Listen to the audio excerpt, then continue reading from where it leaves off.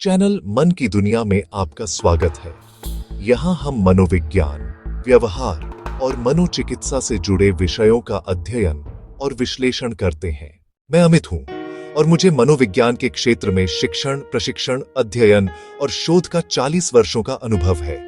आइए हम इन विषयों को एक साथ समझें और खोजें।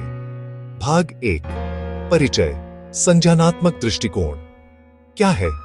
दोस्तों, आज हम बात करेंगे कॉग्निटिव अप्रोच टू साइकोलॉजी की, जिसे हिंदी में संज्ञानात्मक दृष्टिकोण कहा जाता है। यह दृष्टिकोण हमारे सोचने, समझने, याद रखने, निर्णय लेने और समस्या हल करने जैसी आंतरिक मानसिक प्रक्रियाओं, इंटरनल मेंटल प्रोसेसेस को समझने पर केंद्रित है।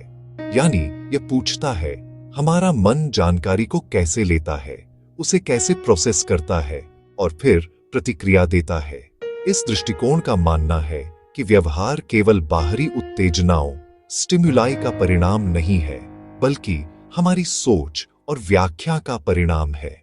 भाग 2, मुख्य अवधारणाएं और उनका संबंध कॉग्निटिव अप्रोच से। अब आइए एक एक करके समझते हैं कि इस दृष्टिकोण के मुख्य सिद्धांत जैसे schema, inference, information processing, computer model और थियोरेटिकल मॉडल्स आपस में कैसे जुड़े हुए हैं। पेट, स्कीमा हमारे मन के मानसिक ढांचे होते हैं जो हमें जानकारी को व्यवस्थित करने और समझने में मदद करते हैं। हमारा मस्तिष्क हर नई जानकारी को पहले से बने हुए स्कीमास के साथ जोड़ता है। उदाहरण, अगर किसी बच्चे का स्कूल के लिए स्कीमा अच्छा है, जैसे दोस्त, खेल, मजा, तो वह उत्साह से स्कूल जाएगा। पर अगर उसका स्कीमा डर और सजा से जुड़ा है, तो उसका व्यवहार बिल्कुल विपरीत होगा। रिसर्च एग्जाम्पल, बार्टलेट 1938 ने वॉर ऑफ द गोस्ट्स प्रयोग में पाया कि लोग कहानियां अपने स्कीमास के अनुसार याद रखते हैं। यानी हमारी स्मृति एक सक्रिय रिकॉन्स्ट्रक्शन प्रोसेस है, न कि केवल रिकॉर्डिंग। 2, इन्फ्रेंस, अनुमान, निष्कर्ष निकालना। हम सोच, ध्यान या स्मृति को सीधे नहीं देख सकते, इसलिए कॉग्निटिव मनोवैज्ञानिक इन्फ्रेंस का प्रयोग करते हैं। यानी व्यक्ति के व्यवहार को देखकर यह अनुमान लगाना कि दिमाग में कौन सी मानसिक प्रक्रिया चल रही है। उदाहरण, अगर किसी व्यक्ति को शब्दों की सूची याद करवाई जाए और वह बीच के शब्द भूल जाए, तो हम इन्फ्रेंस लगा सकते हैं कि शॉर्ट टर्म मेमोरी की सीमाएं हैं। रिसर्च एग्जाम्पल, एबिंगहाउस 1887 ने भूलने की प्रक्रिया पर अध्ययन कर यह अनुमान लगाया कि स्मृति समय के साथ कैसे घटती है। यह भी इन्फ्रेंस आधारित अध्ययन था। 3, इंफॉर्मेशन प्रोसेसिंग, सूचना प्रसंस्करण। कॉग्निटिव अप्रोच का एक महत्वपूर्ण विचार है कि मानव मस्तिष्क जानकारी को कंप्यूटर की तरह प्रोसेस करता है। हम इनपुट लेते हैं, उसे प्रोसेसिंग करते हैं और आउटपुट के रूप में व्यवहार या प्रतिक्रिया देते हैं। उदाहरण, जब हम किसी सवाल को सुनते हैं, पहले हम उसे समझते हैं, इनपुट, फिर सोचते हैं, प्रोसेसिंग, और फिर जवाब देते हैं, आउटपुट। रिसर्च एग्जाम्पल, एटकिंसन और शिफ्रिन 1966 ने multi store model of memory दिया, जिसमें जानकारी sensory memory, short term memory, long term memory में क्रमवार प्रोसेस होती है। यह इंफॉर्मेशन प्रोसेसिंग मॉडल का एक उत्कृष्ट उदाहरण है। 4, कंप्यूटर मॉडल। कॉग्निटिव अप्रोच में मस्तिष्क की तुलना कंप्यूटर से की जाती है। दोनों में समान प्रक्रिया होती है, इनपुट, प्रोसेसिंग और आउटपुट।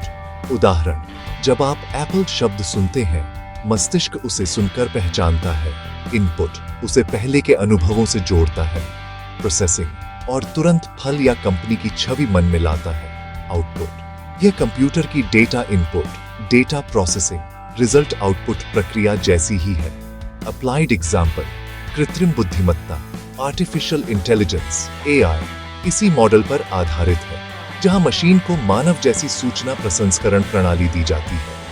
5, थियोरेटिकल मॉडल्स, सैद्धांतिक मॉडल। ये मॉडल बताते हैं कि मानसिक प्रक्रियाएं कैसे काम करती हैं। कॉग्निटिव अप्रोच में कई थियोरेटिकल मॉडल्स हैं जो हमारे सोचने और याद रखने के तरीके को दर्शाते हैं। उदाहरण, multi store model, Atkinson and Shiffrin 1968, working memory model, Baddeley and Hitch 1994। ये दोनों मॉडल दिखाते हैं कि स्मृति एक जटिल प्रणाली है जिसमें कई भाग एक साथ काम करते हैं, जैसे ध्यान, पुनरावृत्ति और पुनः स्मरण। 6. इंटरनल मेंटल प्रोसेसेस, आंतरिक मानसिक प्रक्रियाएं। कॉग्निटिव दृष्टिकोण का सबसे केंद्रीय विचार यही है कि व्यवहार के पीछे हमारे सोचने, ध्यान देने और निर्णय लेने जैसी आंतरिक प्रक्रियाएं होती हैं। उदाहरण, जब आप किसी पुराने गाने को सुनकर मुस्कुरा देते हैं, तो यह आपकी स्मृति, भावना और अनुभव तीनों के मिलकर काम करने का परिणाम है। मॉडर्न रिसर्च, कॉग्निटिव न्यूरोसाइंस में एफएमआरआई जैसी तकनीकों से पता चलता है कि भाषा समझने या निर्णय लेने के दौरान मस्तिष्क के कौन से क्षेत्र सक्रिय होते हैं। भाग 3, कॉग्निटिव अप्रोच की प्रमुख मान्यताएं। 1. मानसिक प्रक्रियाओं को वैज्ञानिक ढंग से अध्ययन किया जा सकता है। 2. मनुष्य सक्रिय रूप से जानकारी को प्रोसेस करता है, केवल उत्तेजना पर निर्भर नहीं रहता। 3. अनुभवों के आधार पर स्कीमास बनते और बदलते रहते हैं। 4. व्यवहार को समझने के लिए सोच और व्याख्या को समझना आवश्यक है। भाग 4, प्रमुख शोध उदाहरण। बार्टलेट 1932, स्कीमा थियोरी और स्मृति, पुनर्निर्माण, Atkinson and Shiffrin 1960, multi store model of memory, Baddeley and Hitch 1934, working memory model, Ebbinghaus 1885, forgetting curve, cognitive neuroscience, modern fMRI studies, मस्तिष्क के सक्रिय क्षेत्रों का अध्ययन। भाग 5, कॉग्निटिव अप्रोच की प्रमुख स्ट्रेंथ्स। 1. वैज्ञानिक दृष्टिकोण, नियंत्रित प्रयोगों पर आधारित, इसलिए परिणाम विश्वसनीय और पुनः जांचे जा सकते हैं। 2.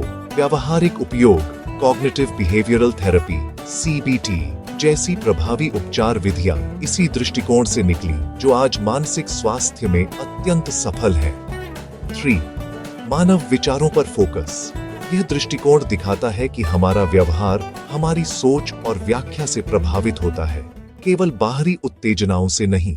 भाग 6, कॉग्निटिव अप्रोच की प्रमुख वीकनेसेस। 1. भावनाओं और सामाजिक कारकों की उपेक्षा, कंप्यूटर मॉडल मनुष्य को मशीन की तरह देखता है, जबकि भावनाएं और रिश्ते भी व्यवहार को प्रभावित करते हैं। 2. अप्रत्यक्ष अवलोकन, आंतरिक मानसिक प्रक्रियाएं सीधे नहीं देखी जा सकती, केवल अनुमान, इन्फरेंस लगाए जा सकते हैं। 3. अत्यधिक प्रयोगशाला आधारित अध्ययन, कई शोध कृत्रिम परिस्थितियों में किए गए हैं, जो वास्तविक जीवन की जटिलताओं को पूरी तरह नहीं दर्शाते। भाग 7, निष्कर्ष, कंक्लूजन। तो दोस्तों, कॉग्निटिव अप्रोच हमें यह सिखाता है कि हमारा मन हमारे व्यवहार की कुंजी है। हम जैसा सोचते हैं, वैसा महसूस करते हैं और वैसा ही व्यवहार करते हैं। इस दृष्टिकोण ने मनोविज्ञान को यह समझने में मदद की कि मानव व्यवहार केवल बाहरी परिस्थितियों का नहीं, बल्कि सोच और जानकारी के प्रोसेस का परिणाम है। अंतिम पंक्तियां। अगर आपको यह वीडियो जानकारीपूर्ण लगा हो तो लाइक करें, सब्सक्राइब करें और बेल आइकन दबाएं, ताकि आने वाले एपिसोड्स आपसे मिस न हो। कमेंट में लिखें कि आप किस मनोवैज्ञानिक दृष्टिकोण पर अगला वीडियो चाहते हैं। मैं अमित आपसे विदा लेता हूं। मन को समझना ही मनुष्य को समझना है। धन्यवाद।